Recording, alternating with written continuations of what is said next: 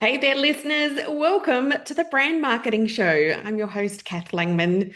And gosh, today is the first Monday in February as I record this, which feels kind of crazy, but I'm not sad. My kids are back at school, and I know many of you listeners are in the same boat. So, here today, recording this episode, is just me and my dog Lenny, which is really quite nice. So anyway, a couple of weeks ago, on this show, we went really deep on the topic of discounting and the damage that constant discounting can do to your brand. Of course, the profit erosion being part of that, but also customer conditioning, the way that it trains your audience to never pay full price. And also, we talked about the four buyer types and how constant discounting only speaks to one of them while actively repelling the other three.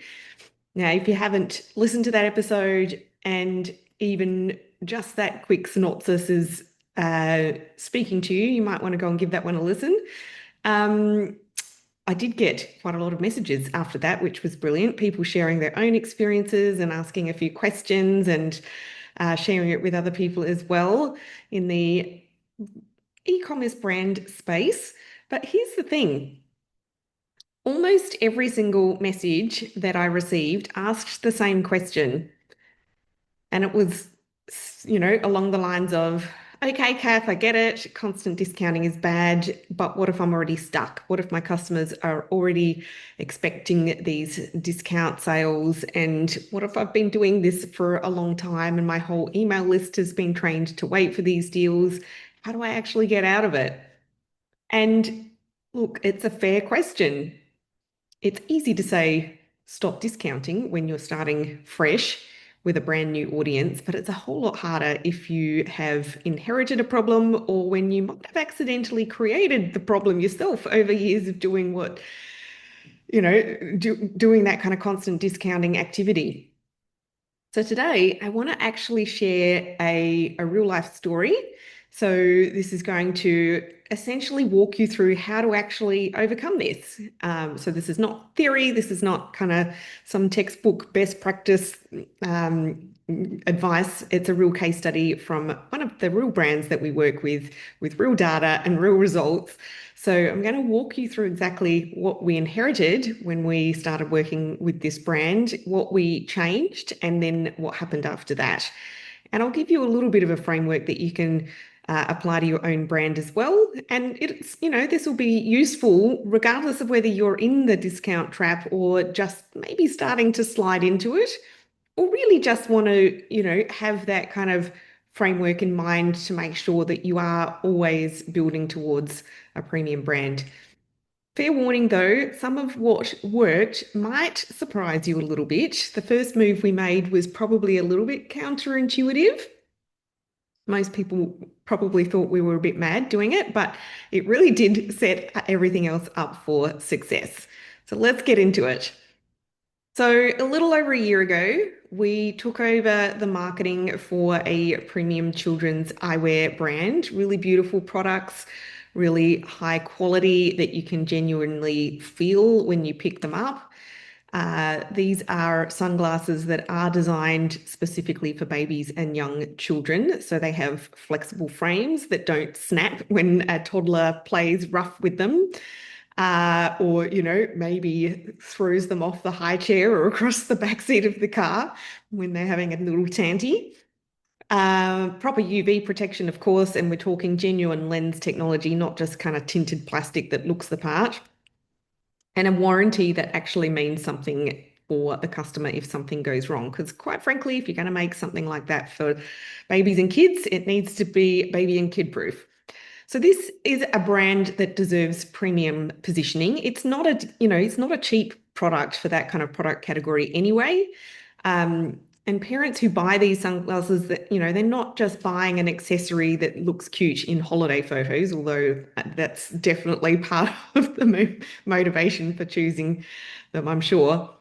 But they're genuinely choosing them to protect their children's eyes during the years when UV damage really accumulates the fastest. And most parents don't even realize that kids' eyes let in a lot more UV than adult eyes, and that damage is cumulative and it builds up over a lifetime. So this is genuinely a premium product solving a real problem that parents care deeply about when they understand it.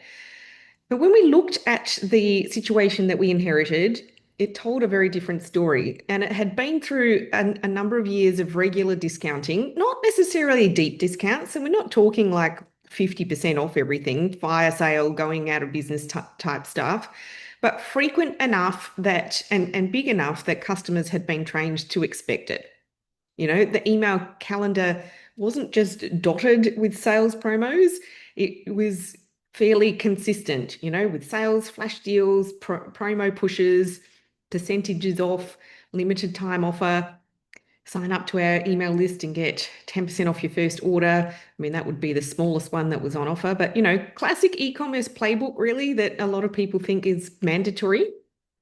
But here's what made it even worse. The prices hadn't been revised in a long time. And within that time, costs had gone up significantly, as any of you listeners who've been in this space for the last few years would have also experienced. Shipping has gone up. The product quality itself had even improved, at least stayed the same, but the recommended retail price was frozen in time and it was still sitting at prices that were set when the cost base was completely different.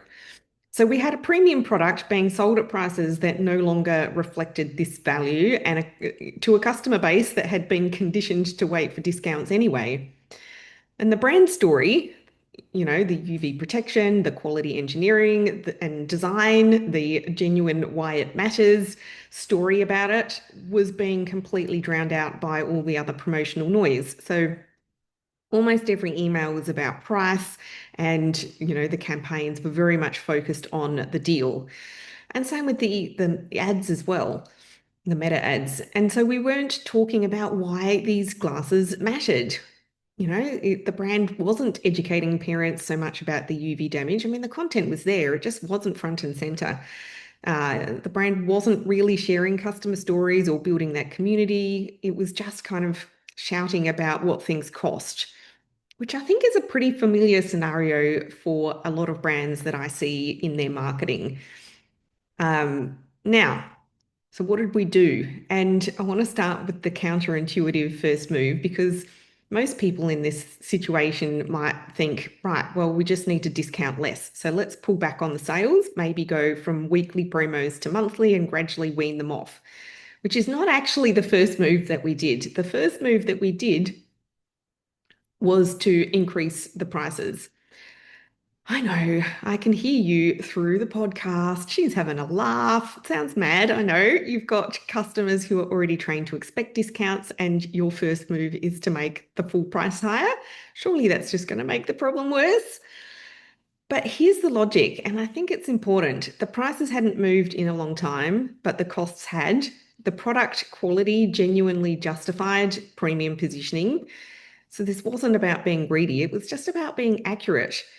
And if we were going to wean customers off discounts, we needed margin room to do it. We needed the full price to actually reflect what the product was worth, and we needed headroom. So think about it this way. You can't convince customers you're worth full price if your full price doesn't even reflect your value. If your pricing looks like a budget option, people are going to treat you like a budget option and expect budget brand behavior, like constant sales. And so, in my opinion, premium positioning starts with premium pricing. There's a whole lot of other stuff that comes into building a premium brand, of course, but the pricing was really, really important. Now, was there some noise from the customer base? A little bit, but there wasn't as much pushback as you might imagine. I know lots of brand owners that I've worked with over the years feel nervous when it comes to needing to put prices up. Expecting that there's going to be some, grumpy customers. And sure, maybe some customers decide not to buy, but it actually really, we didn't get much pushback at all. And the ones that we may have lost probably weren't all that profitable anyway. And the customers who stayed were the right customers, the ones who did value the quality and the ones who understood why protecting their kids' eyes mattered and the ones who weren't just hunting for the cheapest possible option on the market. And, honestly, like I said, the ones who left, they probably weren't going to be profitable customers anyway. So if they were just on the list waiting for the next sale and they didn't get it from this brand, they probably went somewhere else to get it and not likely to be the most loyal customers anyway.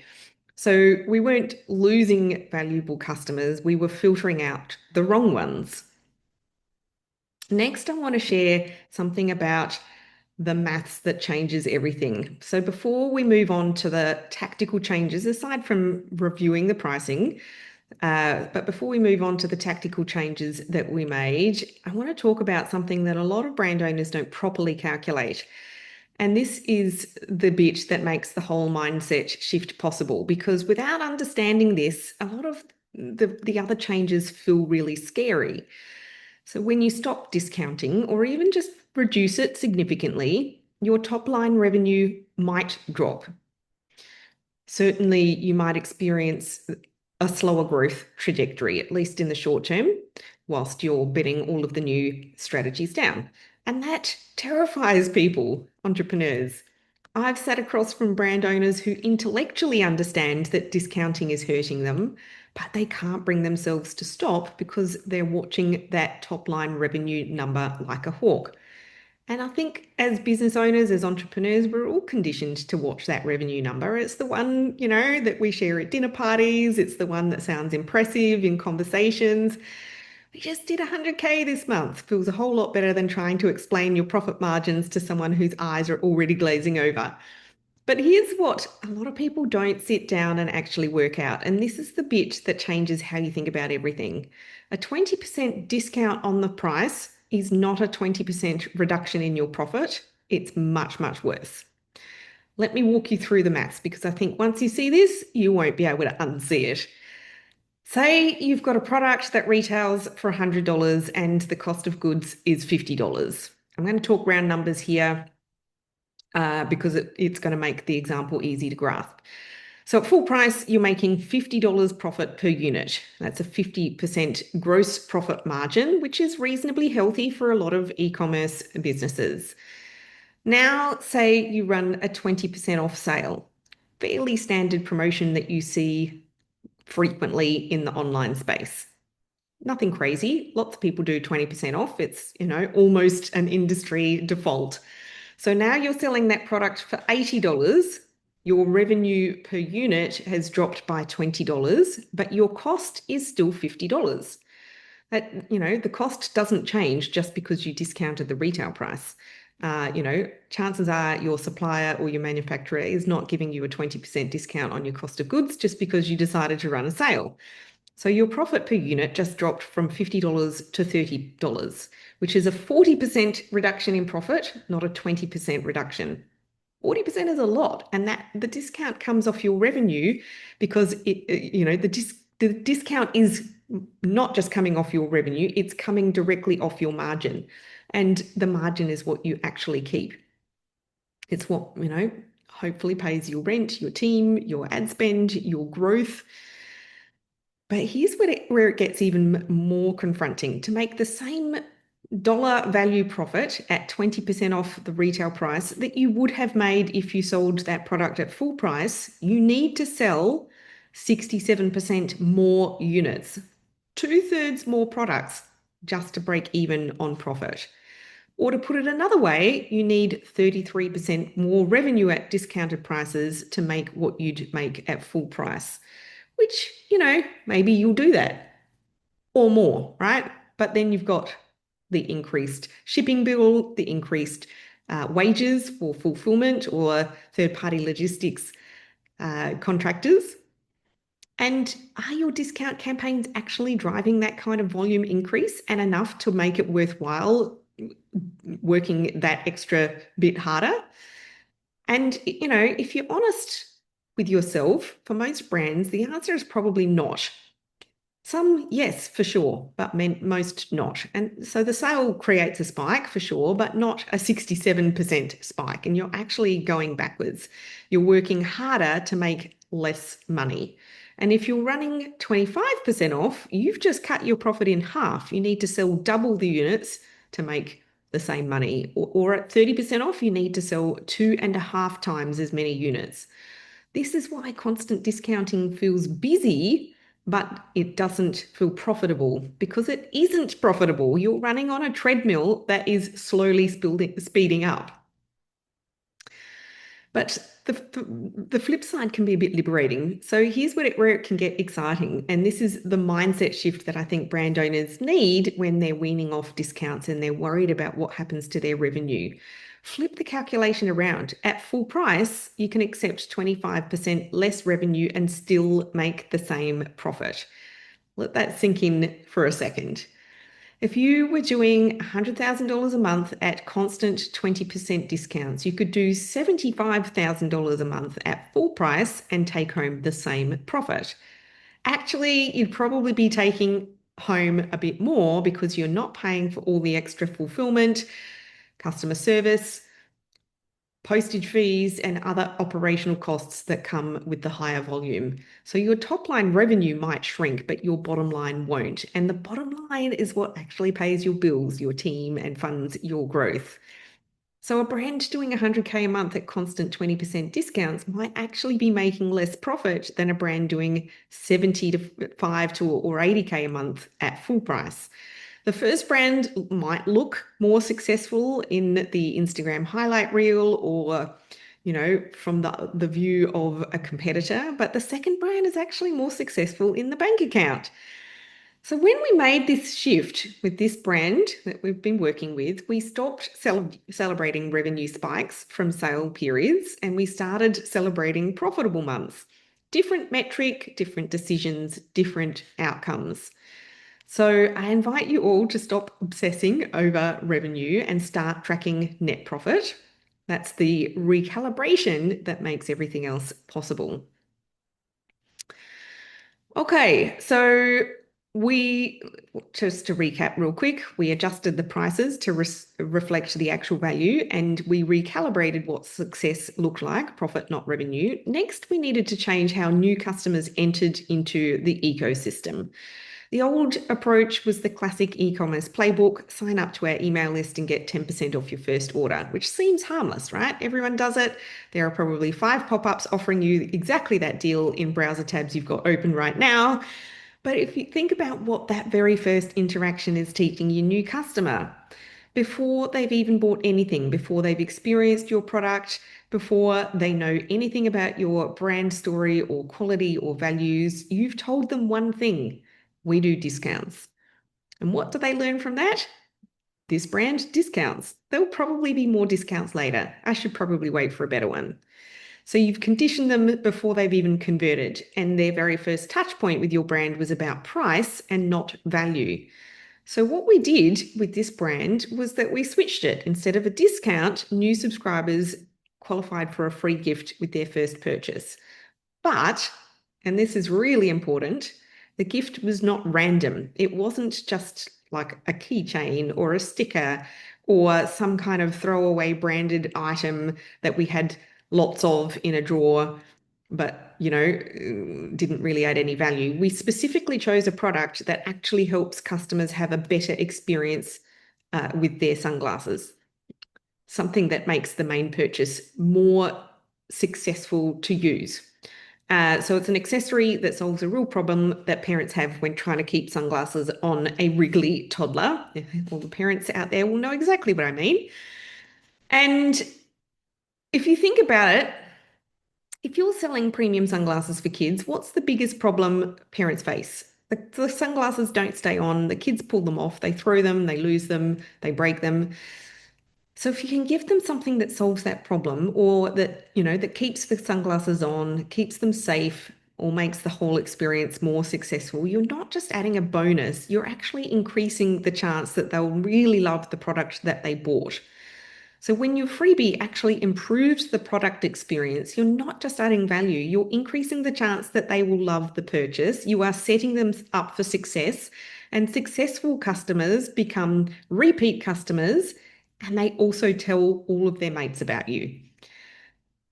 And, it's the perceived value play, which I think is also a clever thing as well. So the gift is a real product. It's sold in the store. The customers can go and look it up and they can see exactly what it retails for.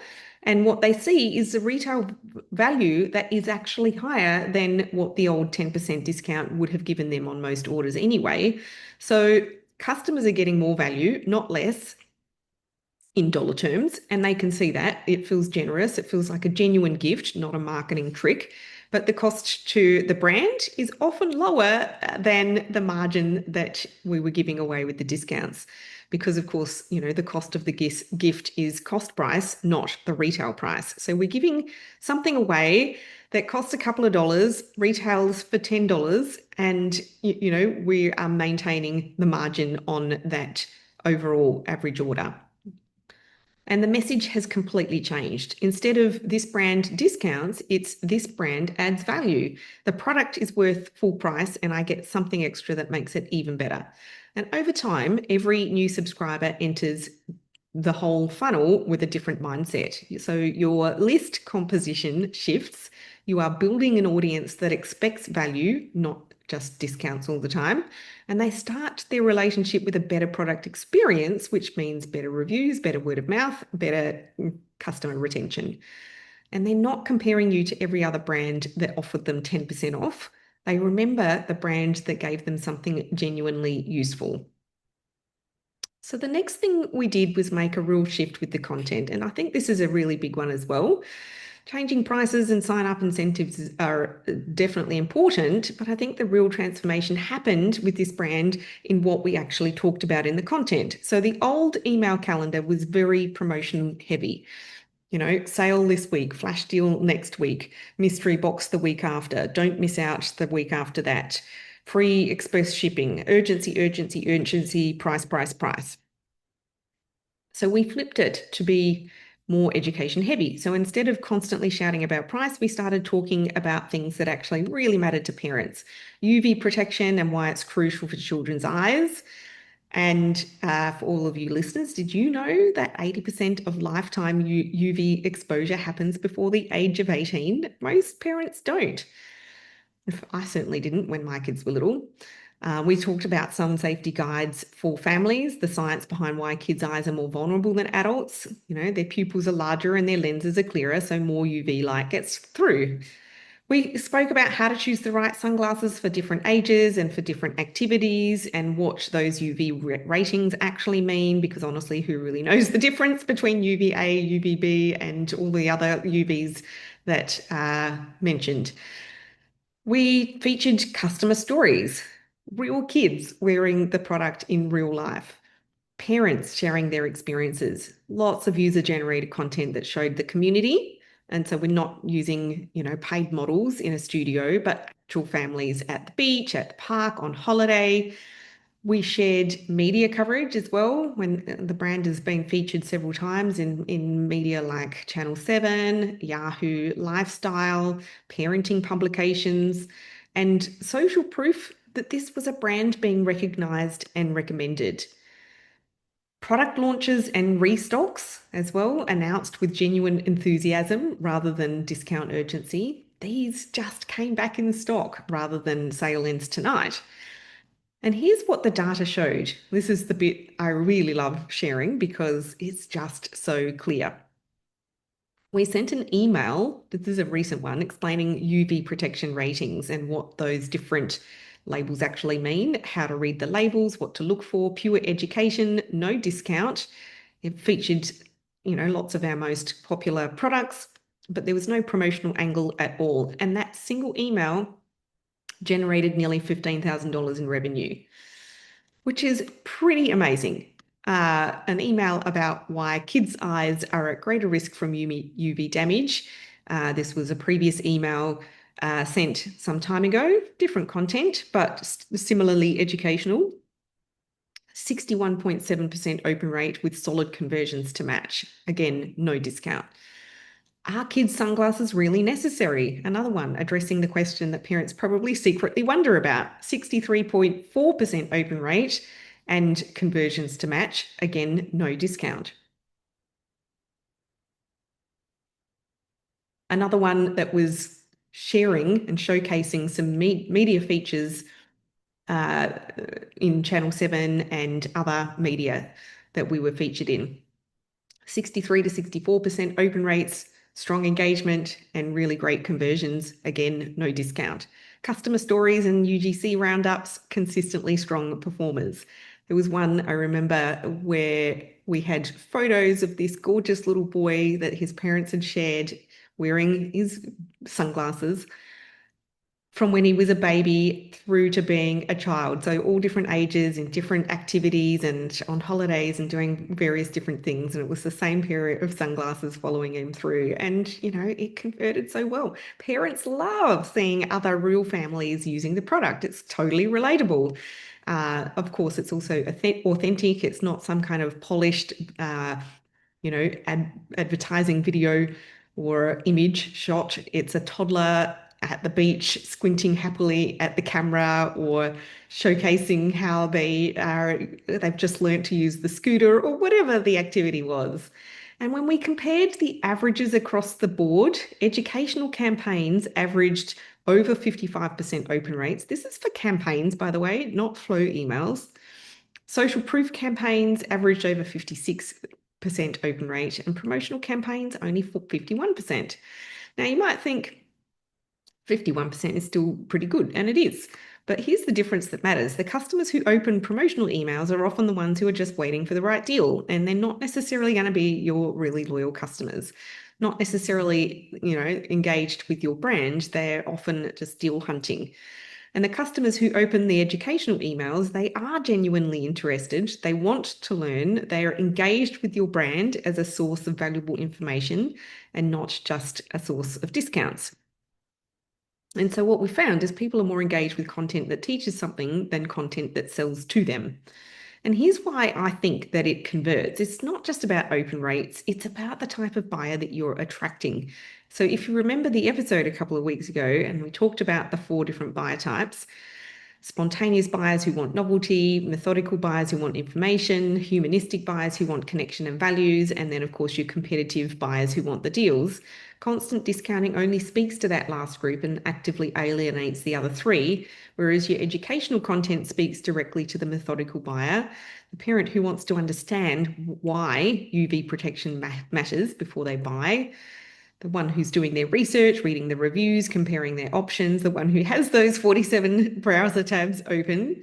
And when you explain the science of UV damage to children's eyes, you're not selling sunglasses, you're solving a problem parents didn't necessarily know yet that they had. And you're positioning yourself as the expert, as the authority, and as the brand that actually knows what they're talking about. So trust gets built before you're ever asking for the sale. And when you do ask, the price isn't the question anymore. The value has already been established in their mind. Now, I want to be really clear about something. We didn't ban promotions entirely. That would be silly, and it would also ignore some real customer needs. Not only that, there will always be some of those competitive buyers out in our audience, but also parents of young children are in an expensive life stage. Nappies aren't cheap. Childcare is astronomical. There are endless birthday parties requiring endless presents. Children grow and they need new shoes and new clothes. Life with little kids is genuinely expensive, and parents do appreciate genuine incentives at the right moments. So the shift wasn't from always promoting to never promoting, it was from habitual discounting to strategic discounting. Promotions became something that happened at genuine retail moments, like your Black Friday type promo, and times when customers actually expect and plan for deals.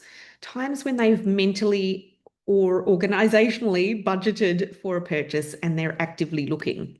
And when we do promote at those moments, it actually works. Black Friday VIP early access generated thousands from a single campaign, our highest performer all year. Because scarcity was real, again, when we said this is our Black Friday deal, customers paid attention and they knew it wasn't going to be repeated next Tuesday. They knew this wasn't one of 17 sales that month. There's something important here that's happening psychologically. So when you run sales constantly, they stop being special. Your flash sale becomes expected and your limited time offer becomes meaningless because there's always another one coming. When you reserve promotions for genuine moments, the retail events that customers are already mentally preparing for, I think something shifts. The promotion becomes an event. It becomes something worth paying attention to. And crucially, I think your full price periods become trustworthy. Customers know that if they buy today at full price, they're not going to feel like mugs when a sale pops up tomorrow. The price is the price and the value is the value. But what about the rest of the year? What if a customer really wants a discount outside of major promo periods? So here's what we implemented, and I do think it's a little bit clever if I do say so myself. I mean, to be honest, I didn't necessarily invent this, but if you want a discount, you have to commit more, not less. Discounts are only available on bundles and buying multiple products together. And even then, it's only a relatively small discount at 10%. And so I think this completely changes the customer psychology. Bargain hunters probably aren't going to buy these bundles. They want the cheapest single item at the deepest discount, and they want to minimize their spend while maximizing their saving. So they're not looking to invest more, they're looking to spend less. Whereas bundles require a bit bigger commitment upfront. And so that self-selects for customers who actually want the products, not just a deal. So the person buying a bundle of, sunglasses and accessories isn't hunting for 50% off. They're investing in a solution for their family. And just like the sign-up gift, the bundled products are chosen because they work better together. They improve the overall experience, the strap that keeps the sunglasses on, the case that protects them, the cleaning cloth that keeps them scratch-free. And a better experience, of course, means that they're more likely to come back. So these bundle customers often end up being our stickiest. They've had a better experience with the product. It worked, it stayed on, it lasted. So they return when they need their next pair for the next child or the next size up as their child grows or a gift for someone else. So think about what's happening here. Higher average order value, they're spending more, not less, better product experience, self-selected quality customers who aren't your big deal hunters, higher lifetime value because they come back. We're not giving discounts to get more customers, we're using bundles to get better customers. And through all of this, we were also rebuilding something really important, and that was trust. No fake countdown timers, no manufactured urgency. When we say this ends Friday, it actually ends on Friday. And when we say limited stock, there's actually limited stock. We don't need to trick people into buying. We just need to remind them why these sunglasses matter. Your competitive buyers, the ones who love the thrill of the deal, they still get their moment. They just don't get it constantly. And when they do get it, it really means something. So what changed over those 12 months? Educational content now drives consistent revenue outside of promotional periods. We're not dependent on sales spikes anymore. Revenue comes in steadily because we're giving people reasons to buy that aren't related to price. Open rates are regularly stable at 60% and above for value-add content, which is pretty exceptional in the e-commerce industry for broadcast campaigns. I think the industry average is somewhere around 15 to 20%. It tells us people actually want to hear from this brand. They're not just waiting for the next discount code. They're interested in what we have to say. So community engagement is really strong. The UGC campaigns, the customer stories, the win back your order type competitions, they create genuine connection and people really feel part of something, not just like they're a anonymous number on a list. So the price increase, of course, was absorbed without much of a customer exodus. The customers who stayed are spending more, buying more often, and actually engaging with the brand. And the list growth continues, but with fundamentally different customer psychology. They're not your discount hunters just waiting for a sale. These are parents who really understand the value of proper UV protection for their kids, and they signed up because they wanted the free gift that improved their experience, not because they wanted 10% off. The practical reality of running this business is so different now. We're not scrambling to hit revenue targets by throwing more discounts at the problem. We're not watching the calendar, wondering when the next promo spike will come. Revenue is steadier. Profit is so much healthier. The team isn't constantly creating new sale campaigns. And here's something else that surprised us. The work is actually far more enjoyable. Creating this kind of content that genuinely helps parents is so much more satisfying than just pumping out another 20% off for 24 hours type of email. And the brand has a voice now, it has a purpose, and it's not just a discount delivery system. Now, if you're looking at your own brand and thinking about how to make this shift, here's the framework that we use, 4 parts. And the first part is price alignment. You want to make sure that your full price actually reflects your value and recalibrate your expectations. So stop watching revenue and start watching profit.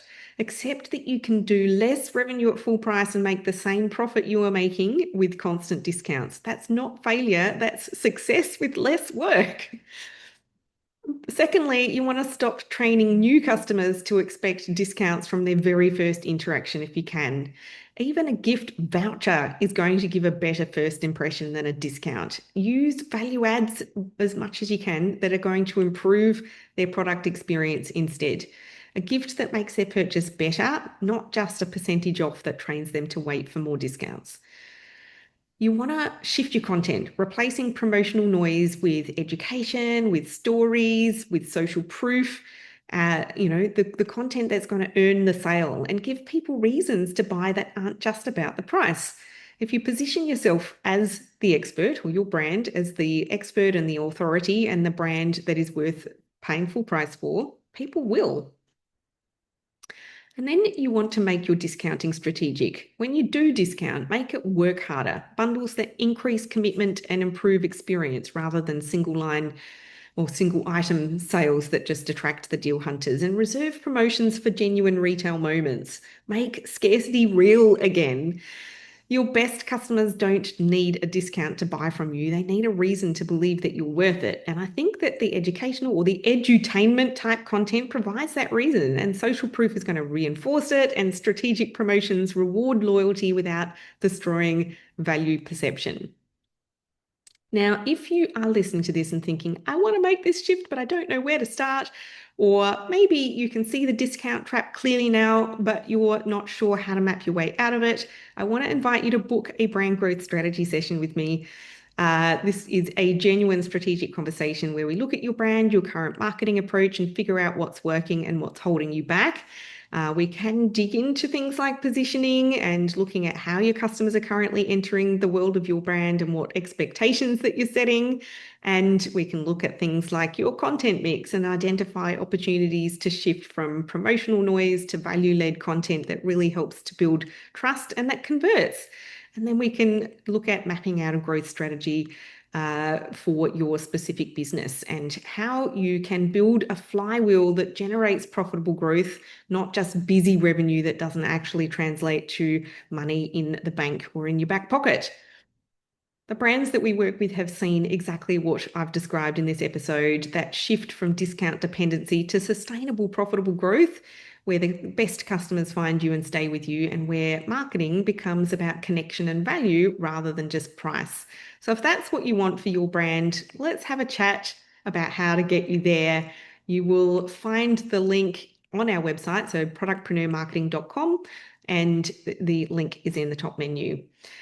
Let me leave you with this thought today. We have covered a lot today. Price alignment, the maths behind why discounting hurts more than you think, changing how customers enter your brand's world, shifting from promotional content to edutainment content, making discounting strategic through bundles and timing. But if there's one thing I want you to take away, it's this.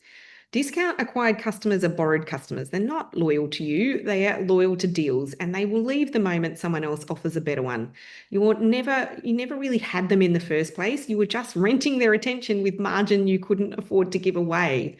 But customers who buy because they believe in your product and because they understand the value of your brand, because you've educated them and built trust and created genuine connection, those customers are yours.